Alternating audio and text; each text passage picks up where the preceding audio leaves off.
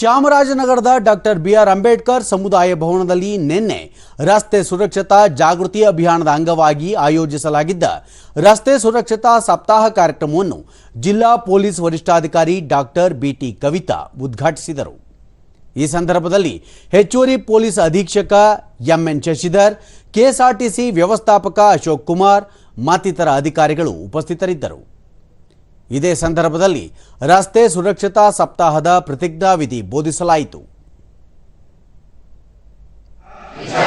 ಅಭಿವ್ಯಕ್ತಿ, ನಂಬಿಕೆ, ಧರ್ಮ ಮತ್ತು ಉಪಾಸನೆಯ ಸ್ವಾತಂತ್ರ್ಯವನ್ನು ಬಳಿಕ ಡಾಕ್ಟರ್ ಬಿಟಿ ಕವಿತಾ ಪ್ರತಿಯೊಬ್ಬರೂ ಹೆಲ್ಮೆಟ್ ಧರಿಸಿ ವಾಹನ ಚಲಾಯಿಸಬೇಕು, ಮಕ್ಕಳ ಸುರಕ್ಷತೆಯ ಬಗ್ಗೆ ಪೋಷಕರು ಹೆಚ್ಚು ಗಮನ ಹರಿಸಬೇಕು, ಅತಿ ವೇಗದ ಪ್ರಯಾಣದಿಂದ ಅಪಘಾತಗಳು ಹೆಚ್ಚಾಗಿ ಸಂಭವಿಸುತ್ತಿದೆ, ಆದ್ದರಿಂದ ರಸ್ತೆ ಸುರಕ್ಷತಾ ನಿಯಮಗಳನ್ನು ಸಾರ್ವಜನಿಕರು ಪಾಲಿಸಬೇಕು ಎಂದರು।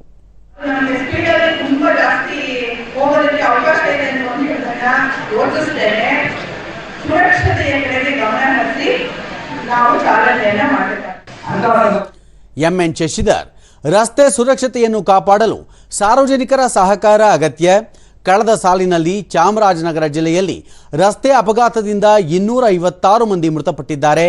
ಮದ್ಯಪಾನ ಮಾಡಿ ವಾಹನ ಚಲಾಯಿಸಬಾರದು ಎಂದರು।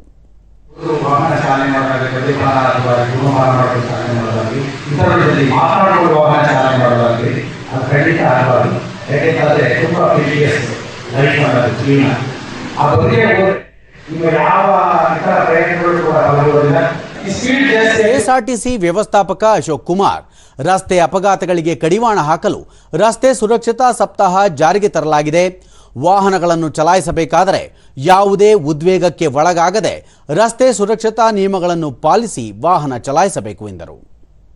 ಅಪಘಾತದ ಕೊಡುಗೆ ವಿಶ್ವಸಂಸ್ಥೆಯಲ್ಲಿ ಕಡಿಮೆ ಮಾಡ್ತಾ ಇರೋದು ವರದಿ ಇದ್ರೂ ಕೂಡ ನಮ್ಮ ಅಪಘಾತಗಳ ಸಂಖ್ಯೆ ಜಾಸ್ತಿ ಆಗ್ತಾ ಇದೆ। ನಾವೆಲ್ಲರೂ ಕೂಡ ಈ ಬಗ್ಗೆ ತುಂಬಾ ಎಚ್ಚರಿಕೆ ನಮ್ಮೆಲ್ಲರ ಕರ್ತವ್ಯವಾಗಿದೆ। ಆರ್ಟಿಒ ನಿರೀಕ್ಷಕ ಅಸಾದುಲ್ಲಾ ಬೇಗ್ ದ್ವಿಚಕ್ರ ವಾಹನದಲ್ಲಿ ಸಂಚರಿಸುವ ವಾಹನ ಸವಾರರು ಹೆಲ್ಮೆಟ್ ಧರಿಸುವ ಬಗ್ಗೆ ಹಾಗೂ ಮಗುವಿನ ರಕ್ಷಣೆಗಾಗಿ ಬಿಡುಗಡೆಗೊಂಡಿರುವ ರಕ್ಷಾ ಕವಚದ ಬಗ್ಗೆ ಮಾಹಿತಿ ನೀಡಿದರು।